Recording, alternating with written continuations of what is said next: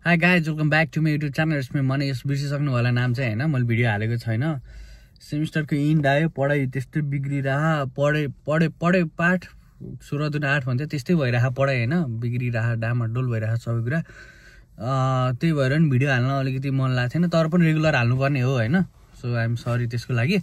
अहिलेको युएसएमा केस चाहिँ हैन, अहिलेको मैले करेन्ट अवस्था भन्छु अनि अन्डर ग्रेजुएट स्टुडेन्टलाई कस्तो छ अलिकति भन्छु हैन। अहिले पनि स्टिल त्यस्तै छ हैन, लाइक ट्रम्पले सुरुमा जस्तो थियो त्यस्तो छ, डिपोर्टेसनहरू भइरहेको छ, तर ठुलो सिटीमा गइरहेको छ, सानो सिटीमा खासै त्यस्तो भएको छैन। अनि डिपोर्ट चेक गर्न आयो भने पनि त्यो चाहिँ लिगल्ली युएसमा बस्नु पाउँछ कि नै त्यस्तो मात्रै हेरिरहेको छ हैन। तर अन्डर ग्रेजुएट स्टुडेन्टलाई टु बी अनेस्ट भन्नु पर्दाखेरि चाहिँ गाह्रो छ। तर यो मेन्टालिटी बनाएर तिमी नआऊ, किनकि लाइक के कस्तो मेन्टालिटी भन्दा वहाँ जान्छु एक सेमको यहाँबाट पठाउँछ घरबाट, अनि घरबाट पैसा पठाउनु पर्दैन, म वहीँ कमाउँछु, ट्युसन घरमा पठाउँछु, पैसा त्यो नसोच हेर। तिमीले त्यो सोच्यौ भने तिमी यहाँ आएपछि तिमी डिप्रेस हुन्छौ, किनकि सोचे जस्तो हुँदैन, सोचेको ट्याक्कै उल्टो भइदिन्छ। नेपालबाट पैसा पठाउनु पर्ने हुन्छ, तिमी त कामै पाउँदैनौ यताउता हैन। अनि त्यसपछि सोचेको नभएपछि मान्छे पागल हुने, यो ठाउँमा आफ्नो कोही हुँदैन हैन, अनि पागल हुने अरू केही हुन्न। त्यति सोच्यो भने पागल भन्छ अमेरिका आएर चाहिँ। तर के मेन्टालिटी राख भन्दा घरबाट ट्युसन फी पे गर्नुपर्छ, सक्छौ भने तिमी सकिन्जेल आफैले तिर्ने हो, सकेन भने घरमै भन्ने हो। तर घरबाट नि पैसा पठाउनु पर्छ।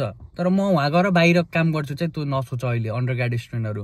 मास्टरको स्टुडेन्टले के छ भन्दा अन क्याम्पस जब खोज्ने, राम्रो पे भएको पाइन्छ, पे भएको पायो भने एटलिस्ट ट्युसन फी चाहिँ कभर गर्न सक्छ। कुनै जबहरूले चाहिँ अब ट्युसन फी पनि पे गरिदिन्छ हैन, त्यो त जब राम्रो अपर्च्युनिटी पायो भने हुन्छ। मास्टरको लागि खासै गाह्रो पनि छैन, 2 वर्ष जसो तसो पढ्यो भने त्यसपछि ओपिडी सिपिडीतिर गयो भ्याइयो।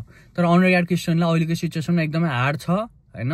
सो बी सिरियस गाइज, पढ्न आएको हो हैन। सो रुल्स एन्ड रेगुलेसनमा बस्नु पर्यो, अर्काको देश हो हैन। केही बाहिर काम गर्ने, जतापाए त्यतै काम गर्ने। ठुल्ठुलो सिटीमा त अहिले पनि रिक्सै छ, तर सानो सिटीमा त गर्ने जता नि गरेर नि स्मोक सप यताउता गरिरहेको छन् हैन, त्यस्तो खासै प्रब्लम त छैन। तर कुन दिन आफूलाई नहुँदासम्म त्यही त हो हैन। आफूलाई भएपछि फर्स्टमा आफै भयो भने के हुन्छ, त्यो हो क्या कन्डिसन हेर्ने भनेको।